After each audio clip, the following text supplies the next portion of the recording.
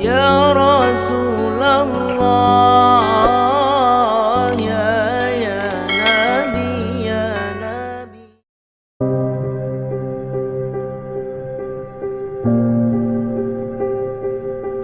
Baik, nah Bapak dan Ibu rahimakumullah, berdasarkan beberapa hadis Nabi, kondisi zaman yang kita hadapi sekarang ini diantaranya adalah satu, ini babak paling kelam dalam sejarah umat Islam.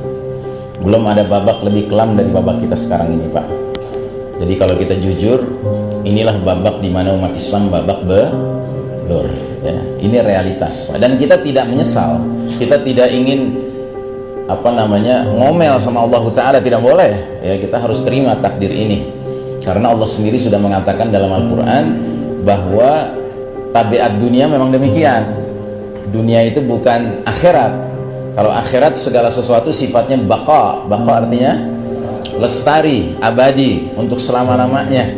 Orang yang di akhirat senang akan senang terus, Pak, dan mudah-mudahan kita masuk golongan itu. Tapi orang yang sedih di akhirat akan sedih terus. Tapi kalau dunia ini tempat sedih dan senang, sehat dan sakit, untung dan rugi, menang dan kalah, silih berganti, karena semua sifatnya sementara. Sampai ada lagunya kan, sedih sementara, bahagia sementara, miskin sementara, kaya pun sementara, ya. Itulah dunia. Nah, kita sekarang sementara lagi di babak kelam. Tapi bukan berarti akan terus begini, Pak. Akan datang nanti babak di mana kembali cerah, kembali terang, ya. Kita mengalami atau tidak nggak penting, bukan syarat masuk surga bahwa kita di dunia harus mengalami keadaan terang benderang dulu gitu, atau kita berjaya dulu, kita menang dulu, bukan ya. Dunia ini bukan kunci untuk menentukan nasib di akhirat, dalam pengertian orang senang di dunia pasti senang di akhirat, belum tentu ya. Orang sedih di dunia pasti sedih di akhirat, belum tentu gitu. Yang kedua, zaman ini adalah era di mana kaum muslimin mengekor kepada kaum Yahudi dan Nasrani alias peradaban barat. Jadi Allah Ta'ala menguji umat Islam hari ini dengan kekalahan di satu sisi, sementara kaum kafir barat, Eropa, Amerika, Yahudi, Nasrani malah Allah kasih kemenangan. Sepakat Bapak Ibu? Sepakat ya? Atau ada yang mau mengatakan, wah Ustadz salah, kita lagi menang sekarang, Yahudi Nasrani yang kalah, mereka ngekor sama kita. Ada yang berpendapat begitu? Kalau ada, saya sarankan wudhu deh. Jangan-jangan tadi sholat nggak pakai wudhu, mata masih belekan, nggak bisa ngebedain mana yang terang, mana yang gelap, mana yang cowok, mana yang cewek. Itu akhirnya jadi gay. Nah, jadi saudaraku rahimakumullah, ini yang kedua. Yang ketiga, ini adalah era penuh fitnah, seperti sepotong malam yang gelap gulita. Itu bahasa Nabi, seperti itu hadisnya. Yang keempat, ini era di mana fenomena riddah merebak di tengah kaum muslimin. Apa itu artinya riddah? Siapa yang tahu? Apa riddah, Pak? Riddah itu artinya murtad. Jadi gejala kemurtadan di kalangan kaum muslimin hari ini merebak, Pak. Jadi kita harus paham bahwa dosa dalam Islam ada 3 tingkatan, Pak. Tingkatan paling rendah disebut as-saghair, dosa-dosa kecil. Tingkatan yang lebih ke atas, lebih mengerikan, namanya al-kabair, dosa-dosa besar.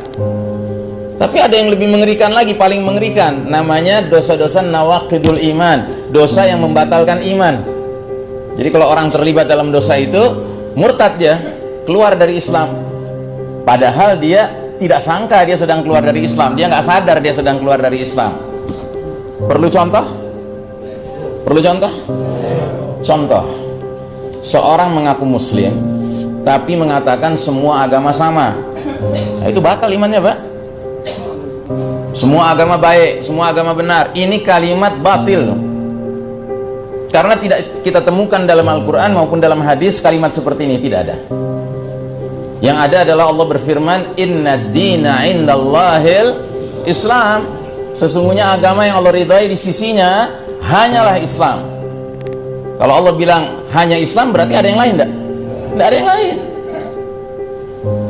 Atau dalam ayat lain lagi Allah berfirman, wa may yabtaghi ghairal islami dinan falan yuqbala minhu wa huwa fil akhirati minal khasirin. Ali Imran 85. Dan barang siapa mencari selain Islam sebagai agama, sekali-kali nggak akan diterima darinya, dan dia di akhirat akan tergolong orang yang merugi. Kurang jelas tuh ayat. Kurang jelas. Ya jelas kan? Kalau Allah mengatakan demikian, apa pantas kita punya pendapat lain? Nggak mungkin lah, Allah cuma ridho sama Islam. Aneh punya tetangga sebelah kanan rumah aneh orang Kristen, baik banget mah aneh. Tiap masak mesti ngirim ke rumah. Sebelah kiri rumah aneh Muslim, jenggotan segini, anggota partai Islam, koruptor. Gitu. Kagak lah, agama mah baik semua, tergantung oknumnya. Nah, ada nggak orang ngomong begitu zaman sekarang? Ada kan? Batal itu iman. Bahkan ada satu ayat lagi bunyinya begini, Rubbama yawaddul ladzina kafaru law kanu muslimin. Surat Al-Hijr ayat 2. Apa artinya? Nanti di akhirat seringkali orang-orang kafir itu berandai-andai sewaktu di dunia jadi muslim. Ini ungkapan kegembiraan apa penyesalan? Penyesalan. Dan penyesalannya gara-gara apa? Salah milih agama. Dia nyesel kagak jadi muslim di dunia. Jadi apa? Jadi selain muslim, yang berarti kafir. Jelas ya Pak? Jadi jangan main-main dengan kalimat semua agama sama, semua agama baik, semua agama benar.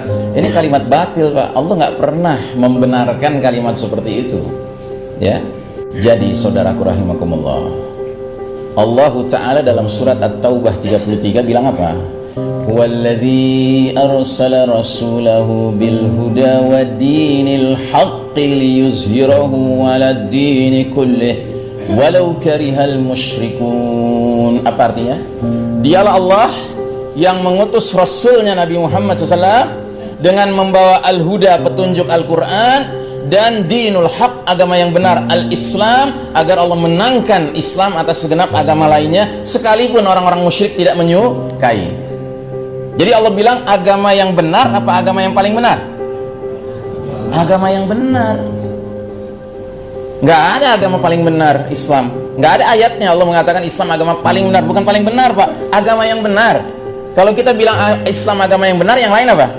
Salah. Tapi kalau kita bilang Islam agama paling benar, berarti yang lain juga benar, cuma kurang benar.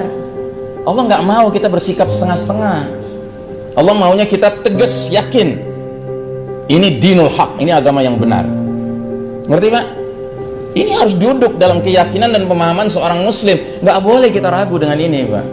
Nah, musuh-musuh kita Yahudi Nasrani sengaja menebar sebuah faham yang namanya pluralisme, yang di dalam faham itu sadar tidak sadar orang-orang muslim lama-lama akan mengatakan semua agama sama, semua agama baik, semua agama benar. Padahal itu kalimat termasuk kalimat nawaqidul iman, kalimat yang bisa membatalkan iman seseorang. Ada nggak orang zaman sekarang ngomong begitu Pak? Nah, bilang ada aja Pak, jangan bilang banyak Pak. Capek, pusing kepala Berdi gitu. Dan betul Pak, nyatanya bukan ada Pak, banyak gitu. Karena apa? Karena pendidikannya udah ngawur Pak. Pendidikannya mengajarkan kita harus toleran dalam pengertian yang kebablasan. Kalau soal toleransi mati nggak usah diajarin, udah ngerti kita. Kaedahnya apa? Lakum dinukum waliyadin, selesai. Ya, lana a'maluna walakum a'malukum, selesai. Tapi jangan coba-coba mempengaruhi kita supaya kita berubah akidah kita, berubah keimanan kita. Nggak ada cerita Pak. Nah, cuman begini, setelah kita meyakini Islam satu-satunya yang hak, yang benar, yang lain batil, kita jalan di tengah-tengah umat manusia yang beraneka ragam agama dan kepercayaan ini, tidak boleh membusungkan dada Pak. Nggak boleh merasa benar sendiri. Kenapa? Karena yang Allah katakan benar, sempurna, itu agama Islam. Kita ini agama Islam bukan? Kita bukan agama Islam Pak, kita Muslim. Muslim itu penganut agama manusia. Kalau agama Islam itu ajaran dari Allah Ta'ala. Ajaran Allah nggak ada cacat celahnya, nggak ada kekurangannya. Tapi kalau yang namanya Muslim, manusia, kadang bisa benar, kadang bisa salah. Karenanya kita nggak boleh menyombongkan diri Pak. Tapi nggak boleh juga keraguan kita ada terhadap Islam ini.